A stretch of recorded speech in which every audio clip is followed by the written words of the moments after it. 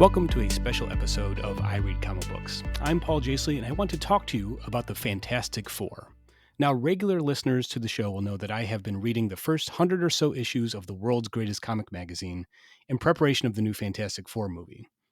Those issues from issue 1 in November of 1961 through issue 102 from June of 1970 were all plotted, illustrated, and scripted by Jack Kirby and Stan Lee, and helped establish the look and feel of the Marvel Comics universe. Those 102 issues, along with 6 annuals, make for one of the longest continuous comics run by a single creative team, which is an impressive feat on its own. The fact that Jack and Stan were also building a shared comics universe with these stories and other Marvel titles at the same time makes it even more interesting. Over the course of these issues, we see the titular Fantastic Four gain powers, fight monsters, tangle with supervillains, and defend the planet from cosmic threats. At its best, Fantastic Four is a barrage of exciting new characters like Black Panther, Silver Surfer, the Inhumans, and of course Doctor Doom, as well as some mind-bending concepts like the Negative Zone and Galactus. However, there are also moments when the creative team stalls and the stories feel stagnant. Even those issues, however, look amazing due to the vibrant and kinetic work of Jack Kirby. All in all, I'm glad I took this fantastic journey. I got to read some classic stories and get to know characters I wasn't really that familiar with.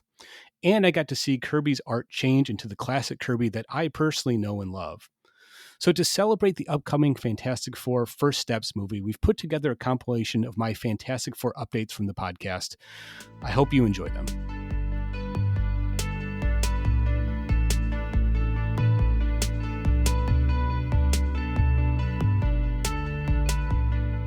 I mentioned this on the IRCB Discord yesterday, but I might as well say it here on the show. I set myself a goal this year. I'm going to read all 104 issues of the Fantastic Four by Stan Lee and Jack Kirby before the new movie comes out. So these are all the comics from the 1960s that Jack and Stan did together. I've read a handful of these before. I mean, I'd read the first issue a couple times. I've read the Galactus trilogy. That's issues 48 through 50. Great stuff. And of course, this is sort of the beginning of the Marvel Universe as we understand it. This is kind of the first big book that Jack and Stan did together. They kind of established the idea of the larger continuity to the Marvel Universe. They introduced so many amazing characters, the FF, Doctor Doom, Galactus, Silver Surfer. So it should be a fun ride. And I got through the first 7 issues this weekend, which feels like a pretty good pace. If I can keep that up, I'll be done in no time. Right? Yeah. I'm sure none of them will be a slog. It'll be all easygoing. Right, you know? Exactly. Again, these are comics written in 1961, so they are written very differently. Stan Lee is doing his thing. Jack Kirby's still kind of figuring out how the team's going to look, what the look of the book is going to be. But I think that's what makes it so interesting, because we know the Fantastic Four as they are today. And to kind of see them going through these growth pains and like they're trying to figure out how to do their take on a superhero book. It does not feel like other superhero books from the Silver Age, especially DC stuff. The Fantastic Four, they're a family, not a team. They don't even get their costumes or uniforms until the 3rd issue. Like the first 2 issues, they're just in like street clothes and stuff. It's fascinating. And then the Thing doesn't look like the Thing yet. He doesn't have that big eyebrow ridge that we know and see in the trailer for the movie. It's not there yet.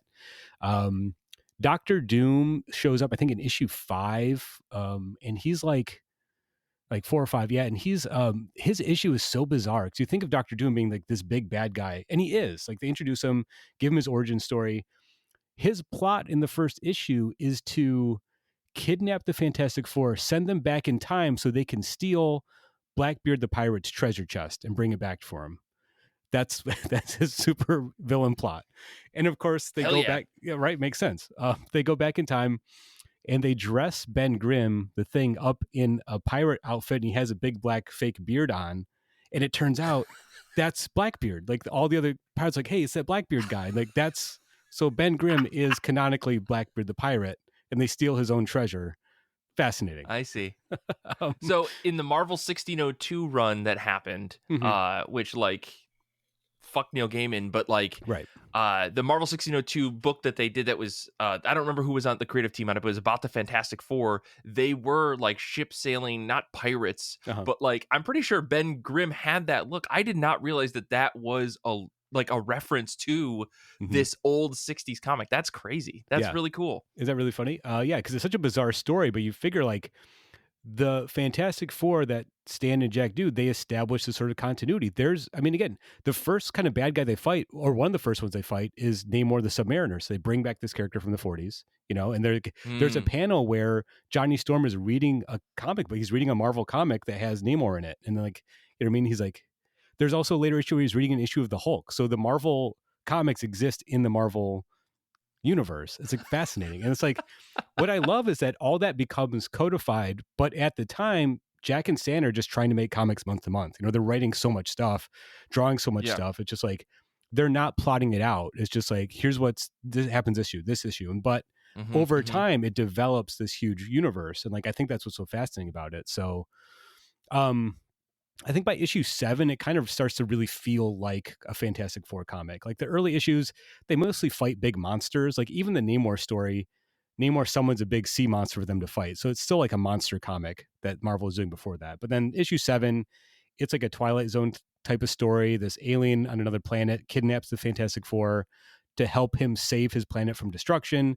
But it turns out he wants to dictate and rule over his planet. So Reed has to thwart him.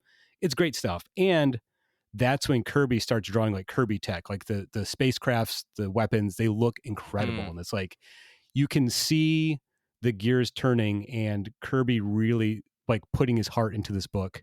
And I think that's what makes this stuff so great. So I'm excited to keep my journey going. I'll do regular updates on the Discord, how far I get. So wish me luck. Hell yeah. I'll see you at issue 104, hopefully before July.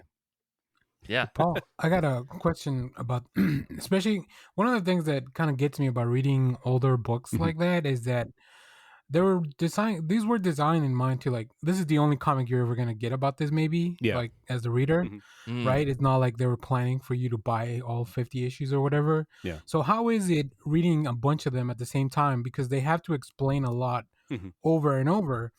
I remember sometimes I would just skip a lot of the initial narration because it's just Stan Lee telling me like, this is the Fantastic Four and this is who they are. And so how is that going like through these on like all at the same time? I mean, I noticed that in the first like 4 or 5 issues, there'd always be like a half a page or 1 page where Reed or one of the team has to be like, hey, remember when we flew those cosmic rays and we got those powers? And it's like brief little like a recap. They kind of stopped doing that at a certain point. There's things where they kind of maybe explain their powers, or Mr. Fantastic is like, I'm stretchy, so I can do this. Like, well, we know that. And clearly Kirby's drawing that happening, but it's not as annoying as I expected it to be. I think they very quickly kind of like trust the reader enough to get over that. But it does happen in the first few issues because, again, they didn't know it was going to be a hit yet, you know? Cool. Yeah. Very cool. But again, I mean, Stan Lee's writing is like, it takes a while to get over it. And then it's not too bad yet, but I do know based on other stuff I've read that, the way he writes Sue is not great. Like there's a lot of inherent sexism happening. Surprise, surprise. And I think later on, when you get to Galactus stuff, later on in the series, you can see the tension between Kirby and Lee, where they're just like, Kirby clearly scripted out one story that he drew, and then Stan kind of writes it differently or interprets it differently. And like, that does create tensions. One of the reasons that Jack leaves later on, but like, so far they seem to be on the same page. So again, maybe that's something I'll keep an eye on and update people on as I keep going, how that changes. Nice. Interesting. Man, I have to commend you on reading some of these older books. So yeah, one thing I will say, Paul, I think as part of this, it would be interesting if you could snag any screenshots or any panels that may stand out to you that are kind of fun. Only because I would love to see, the Thing dressed as Blackbeard, For sure. Yeah. I definitely feel like you should. I really would love you if you shared more of those, just if only because that time is one, it's funny, but two, like Kirby's art is just incredible. And like to see it evolve in that early book, I mean, it's gotta be something spectacular. So let us know, keep us posted. For sure.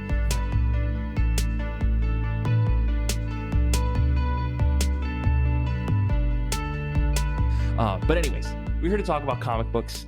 I have 2 legally mandated questions that I have to ask you guys every single week, as we do here at IRCB. How have you been? How have comic books been? Paul, I'm going to kick things over to you. Mike, I am so far behind on comics. It's comical at this point.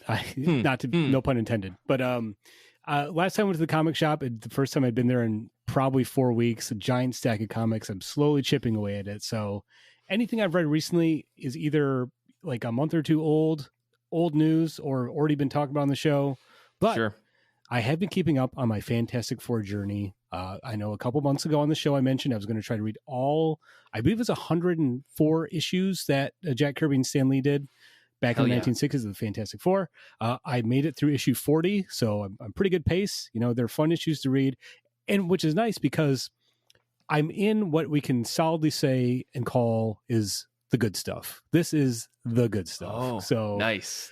You know, the first 20 issues or so, they're figuring what this book is supposed to be. You know, Jack and Stan, they're not always on the same page. There's a lot of just like a great issue, then a dud issue, back and forth. It's not consistent, you know, it just, which makes sense because they're not only doing the Fantastic Four, they're doing all the other Marvel books, you know, why am I blanking on everyone's name? The Avengers, you know, Thor, Hulk, all these other comics and stuff. And what's funny is to see when they reach this point, everything's kind of clicking. They're on the same page. The stories are a little bit more like out there and wild. There's a lot more continuity that's happening. You're seeing stories get referenced again and again. Villains keep popping back up. You see crossovers. Like I read a great little 2-issue thing where the Hulk is fighting the Thing, and it's this big 2-issue battle that they have. And the Avengers show up, like, "Oh, don't worry, we got the Hulk." And Mr. Fantastic's like, "No, we started this fight. We'll take care of it." Issue 28 is notable to you, Mike, because the Fantastic Four fight the X-Men. That's the first time they meet up. That's a fun one. And on top of it all, which I love all this stuff, I finally get to see Jack Kirby look like Jack Kirby. Like the early issues is clearly him, but he's figuring out how to draw differently. And like when you get to this point, it looks like the Jack Kirby you see in the New Gods or in later Kirby stuff. Like it has that level of dynamism to it. You know, there's a thing where like no one's ever standing still in these comics. Everyone's always poised to jump, you know, and like the anatomy, and like Jack Kirby's anatomy has always been a little iffy, but now he's leaning into it and making it more abstract and dynamic. And then like, every page is just like a 6-panel grid. It's very easy to follow. Like it finally looks like Jack Kirby, which I love because this is 1964, I think at this point. So Jack Kirby's 47 years old. He's been drawing comics since the 30s, and he's still learning new techniques and trying new ideas. Most notable of which I think is he's incorporating some Kirby collages now in these issues. There's a couple issues where they go to outer space, and this is photo collage of like outer space. And like, there's one issue, I think it's issue 37, which isn't a great issue, but they go through outer space, and it's this photo collage of what outer space looks like. And, you know, you see the spaceship and all this and the planets and all that. And Stan Lee has to write a thing. He's like, in case you think this story is too far-fetched, this is actually photographs taken of the Fantastic Four ship from the outside. It looks hazy because of the atmosphere around the planet that they're orbiting around. I was like, okay, you don't have to explain it. Just let it look cool. But it's fun stuff. And I think it's really clicking to me now, like why this book is so important. I know, you know, I made it through issue 40. I mentioned a couple standout issues, but like when you get to like issues 38, 39, 40, it becomes like one kind of continuous story, the way you think of contemporary comics functioning. You know what I mean? Where it's like issue 38, they fight the Frightful Four, who, if you don't know the Frightful Four, that's of course this. I don't. This, of course. The Frightful Four is Madame Medusa, not Medusa from the Inhumans yet, but Madame Medusa, Sandman, the Wizard, and Paste Pot Pete, who very quickly changes his name to the Trapster after like his first appearance. Yeah, that's a real upgrade. That's like classic Stan Lee really trying to find any way that he can alliterate. Yeah. So they show up, and then like they get defeated. The Fantastic Four get defeated by the Frightful Four by explosion of the Q bomb, which somehow that causes the Fantastic Four to lose their powers. So in issue 39, they don't have their powers, and Mr. Fantastic's like inventing mechanical ways for them to have their powers. Like he builds a Thing robot for Ben Grimm to control, and you know, he builds like an invisibility suit for Sue, and also it's great. But they have to contact their attorney, Matt Murdock, for some legal documents. So he shows up. When he's there, Dr. Doom attacks. So it's all of a sudden it's Daredevil guiding the Fantastic Four, who realizes don't have powers, back to the Baxter Building that Dr. Doom's taken over. And then issue 40 is the amazing Battle of the Baxter Building, which is probably the best issue I've read so far. Incredible stuff. And that issue ends with Ben Grimm beating the shit out of Dr. Doom. It's incredible. He just pounds Dr. And I'm reading this stuff, I'm like, okay, this is what I've been waiting for. Like the other issues were fun, but now it's now it's fun. And I'm really excited because I know issue 48 is the Galactus trilogy starts. That's when everything's really kind of ramping up. Right. Which ties into the Fantastic Four trailer that just dropped this week. So I'm all Fantastic Four all the time right now, I think, in my brain.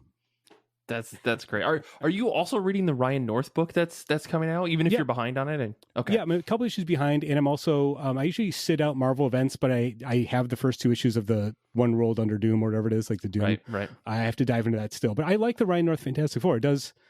It hits a lot of the things I like about this stuff, where the Fantastic Four are a family. They're always kind of bickering. There's like a dynamic to the team that I really like that he kind of captures, and especially like including the side characters. I love Alicia Masters, and I love that she shows up so early in Fantastic Four, remains a fixture. So yeah, Fantastic Four are weird, and I think I like them so much because it is so strange, and to see it forming in front of my eyes reading the early stuff is really fun. Now, are you reading this on like Marvel Unlimited, or for listeners who would want to sort of perhaps follow along on your journey if they decide to take that plunge? How are you doing this? I found that Hoopla, at least the library, my library on Hoopla, has the like epic collections, which collect like 18 or 20 issues at a chunk. So the third volume of that is what I'm in right now. Nice. So it's available on Hoopla. I'm going to see. I'm assuming it's all the Stan and Jack stuff is available on there. If I reach a point where it's not, I'll have to jump over to Marvel Unlimited. Yeah. And I don't know with how much confidence I can say this, considering I've used it a couple times, but this is probably all on Marvel Unlimited, either the collections or maybe the singles or both, right? Yeah. Depending upon if you like reading books on that. Yeah, if you can find it, if you find a way to work the magics to find Fantastic Four #1 of the correct edition, I'm sure you'll have a great time, because there is a way to do this. Set. It's called, you use Google, and Google links you straight into the correct page on Marvel's website. It's funny that is a joke, and yet also exactly the advice you actually have to use in order to read shit on Marvel Unlimited.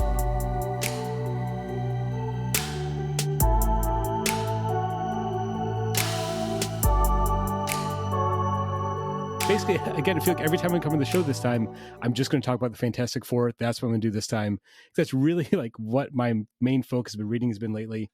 Paul, I'm so excited that you are so hyped for this new Fantastic Four movie. You know that I'm glad that you've been inspired to just only think and read Fantastic Four recently. You know, if the movie isn't good, at least I read some amazing comics. I mean, there we go. That's true. The goal. That's true. So yeah, for listeners who maybe aren't aware, I made a goal to read all of the Fantastic Four issues that were written and drawn by Stan Lee and Jack Kirby in the 60s before the movie came out. That's about, I think they do the first 104 issues, that maybe including the annuals.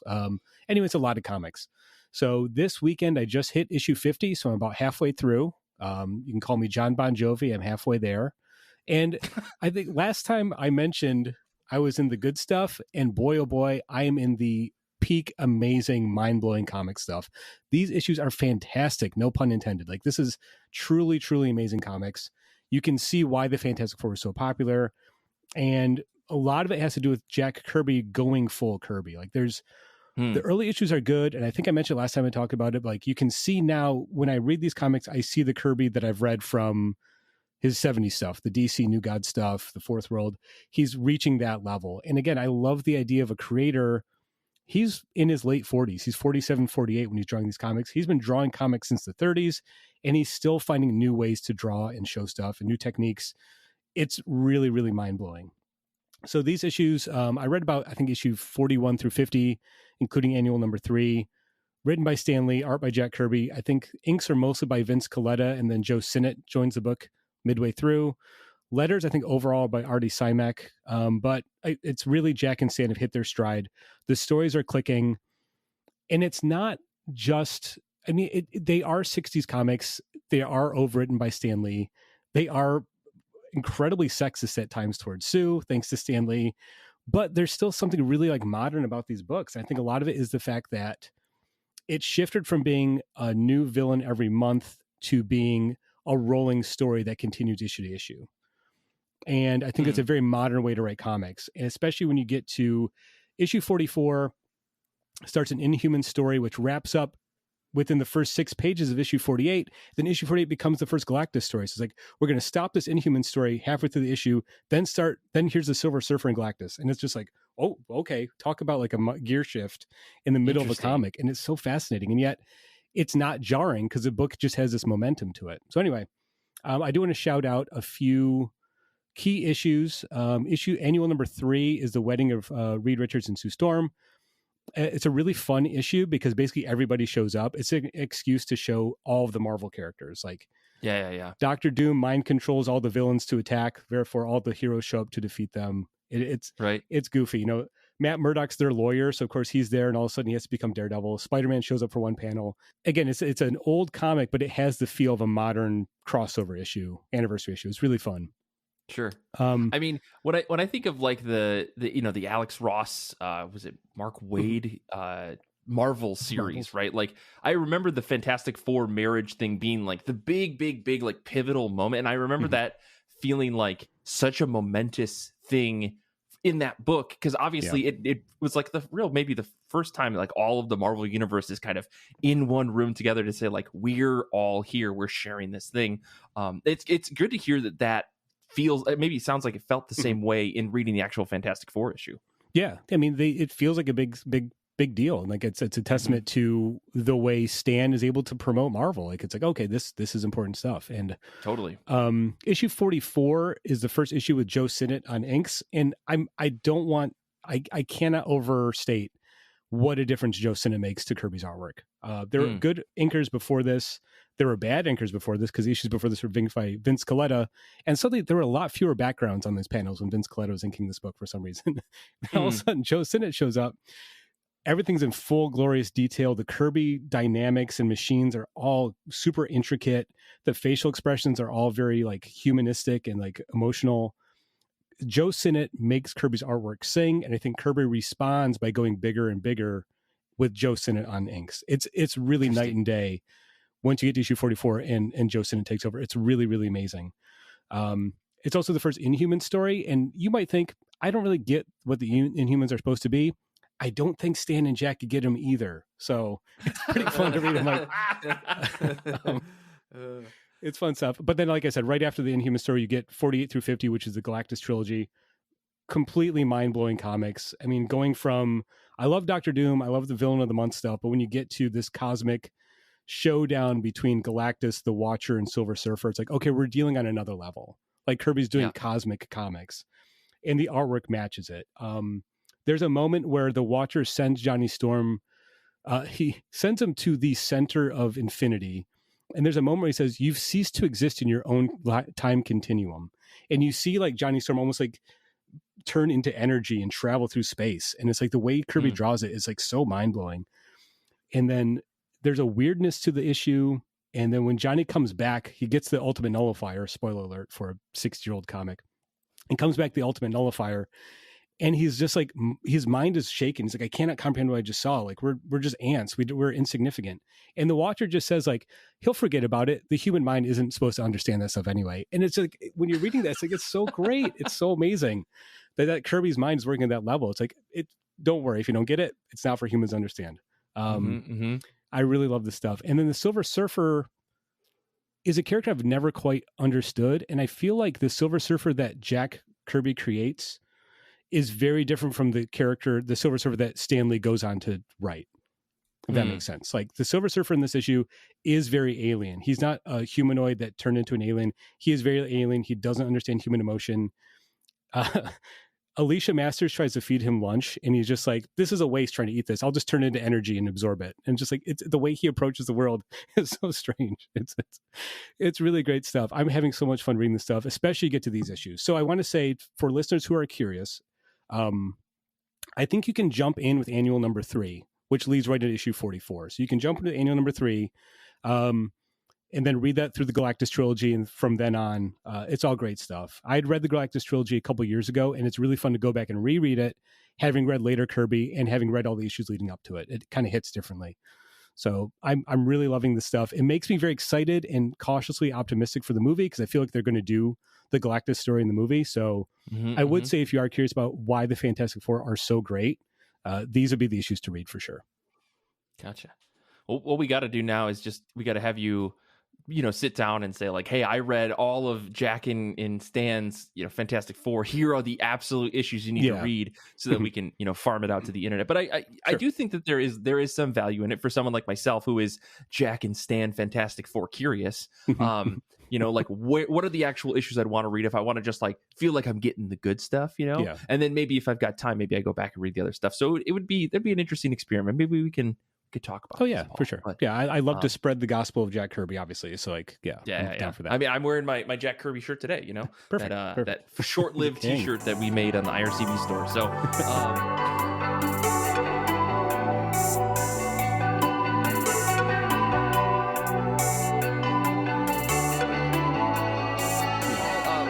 Tell us about how have you been? How have comic books been? I know that you have one of our favorite new segments on the show coming up here, so tell us. Yeah, I'll get right to it, Mike. I've been doing all right. I'm enjoying the warm weather here in Michigan. I'm trying to make my way through the massive stack of comics I've let accumulate in my apartment. But it's tricky because I'm also trying to get through the Fantastic Four. The first 100, I think it's 104 issues that Jack Kirby and Stan Lee did together in the 60s. I want to get through them before the movie comes out. And as of this recording, I'm through issue 62. So I kind of slowed down a bit. But it's still 62 issues of Fantastic Four. And I'll be honest, it's been a pretty mixed bag. So I think last time I was on the show, I just finished the Galactus trilogy. That's a pretty high watermark. Those are amazing issues. And after that, the book gets a little confused at times. There's a whole Inhumans subplot that just feels jammed into the book. And if you don't like the Inhumans, it's kind of tough. You can maybe skip those pages when you get to them. I've always been in the mind of like, I think I like the Inhumans, but I'm never quite sure what their deal is. And again, I don't think Stan and Jack quite understand what the Inhumans are either, which makes it kind of fun to read that stuff. I'm like, what is happening? Yeah. But again, I think the highlights of these issues are the artwork. Kirby is fully locked in. They look amazing. Joe Sinnott, I think I mentioned last time, is now inking the book. What a difference a good inker makes for Kirby. These pages just pop. Even if the issues are kind of dull and not much happens, they look amazing. And again, you're coming from other inkers who maybe, didn't put as much detail into the artwork. When you're looking at these machines that Kirby is drawing and you realize Joe Sinnott is drawing every little piece of circuitry, inking every little line, it is mind blowing. It's such good comics. So I do want to shout out a couple standout issues that I think would be of interest to people. Issue 51, This Man, This Monster, is probably the best single issue of the Fantastic Four I've read so far. An amazing issue. It's all about Ben Grimm, my favorite Marvel character. There's a whole body swap thing. This evil scientist takes over the Thing's body, and it becomes this big sort of Stan Lee classic. Can a regular person become a hero kind of story? Great Stan Lee issue. Don't have to read anything else. Just read that one issue. Fantastic.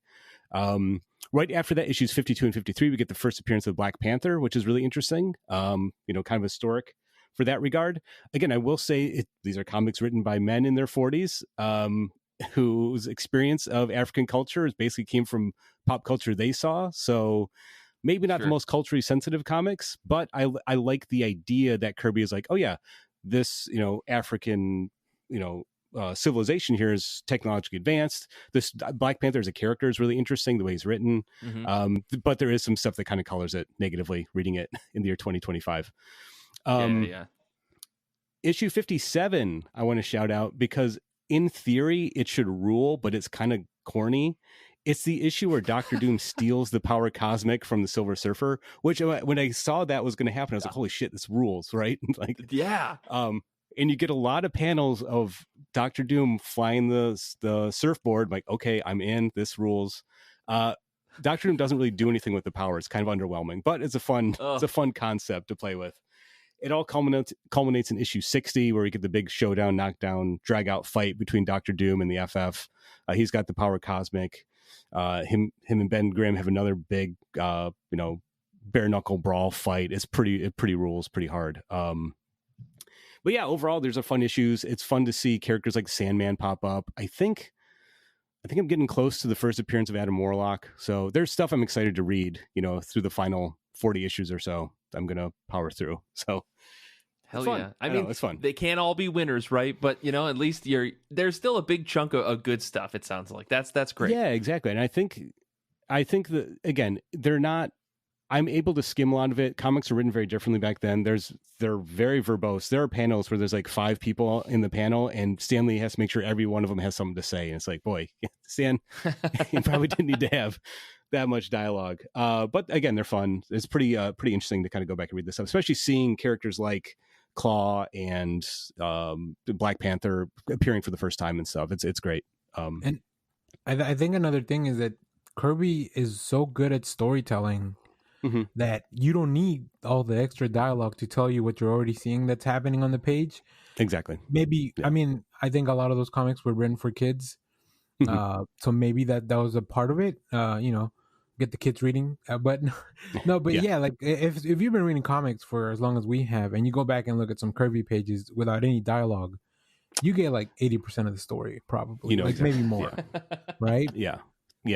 And again, these issues are worth reading just for that stuff. They look amazing. He's doing more collages in his artwork, so I love a Kirby collage when Mr. Fantastic goes into the negative zone and stuff. There's a whole... I just finished the story where he gets lost in a negative zone and the Inhumans have to save him. Great stuff. Anyway, I also wanted to highlight another non-Fantastic Four.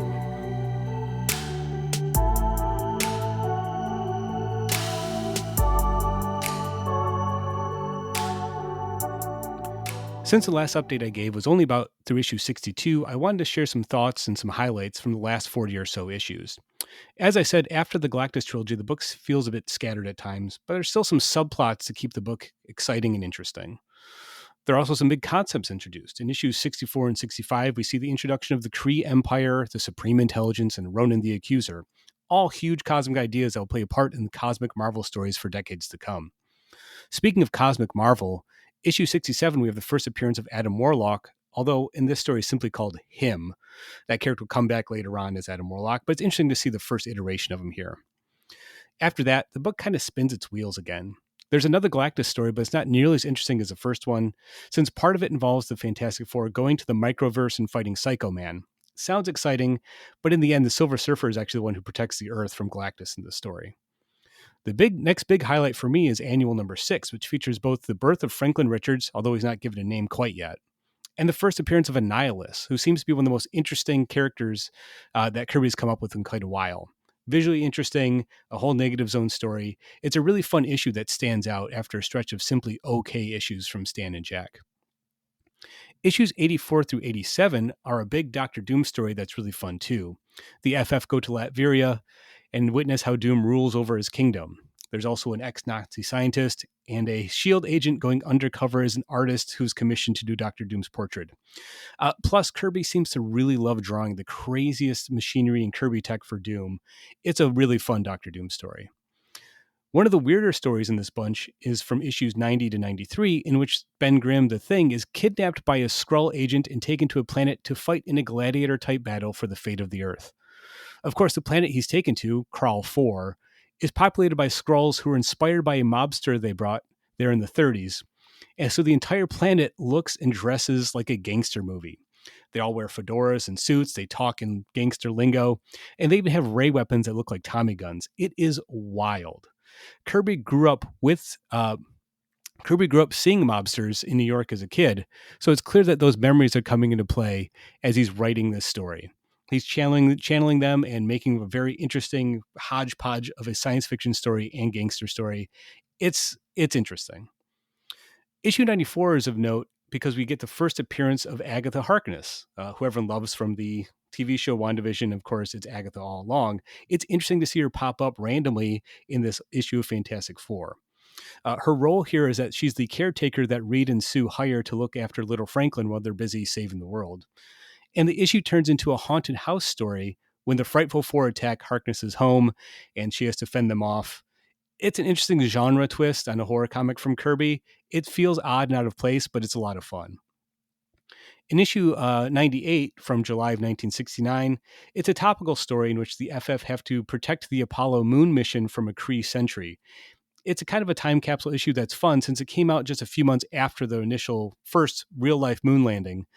So it's fun to see Kirby kind of play with that idea. I usually love a big anniversary issue, but issue 100 is kind of underwhelming. Sure, it has all the supervillains that the FF has faced so far, but it turns out that they're all androids controlled by the Puppet Master. it's rushed and it's not nearly as exciting as it should be. There's always too many panels. You don't get the fun, exciting Kirby fights that you'd expect from an issue like this. I was a little underwhelmed by it. And then after that, the Kirby era of Fantastic Four just sort of ends. Issue 102 has a Magneto and Submariner teaming up after Magneto tricks the FF into attacking Atlantis, but the story ends on a cliffhanger. You're expecting the second part, and of course that is in issue 103, but that issue is illustrated by John Romita since Kirby had already left to go work at DC.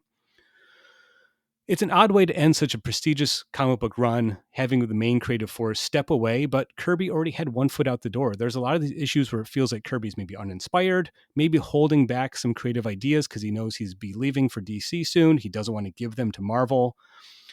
At the same time, there's a lot of things in these issues that feels like Kirby is dialing in his work and getting ready to go work on his own at DC. Visually and plotting wise, some of these issues feel a lot closer to what he does at DC with the New Gods than they do the earlier Fantastic Four issues. There are a lot more splash pages in these issues, and his line work is getting a lot more bolder and clean. It's looking and feeling more like the Kirby that I know from reading his 70s work at DC. And as a huge fan of that work, it was really fascinating to see his work and storytelling move in that direction. Overall, these 108 issues were a pretty wild ride, and I'm really glad I got to read all this stuff. I hope that these recaps and my enthusiasm maybe encourage you to go check out some of these comics. And again, if you've not read the Galactus trilogy from issues 48 to 50, as well as issue 51, This Man, This Monster, those are absolutely perfect comics, and I feel like they're going to tie into the Fantastic Four movie quite a bit, so definitely make time to read those. As always, I want to thank Mike and Xander for putting this little recap together. Thank you for listening, and as we always say here on I Read Comic Books, comics are good, and so are you.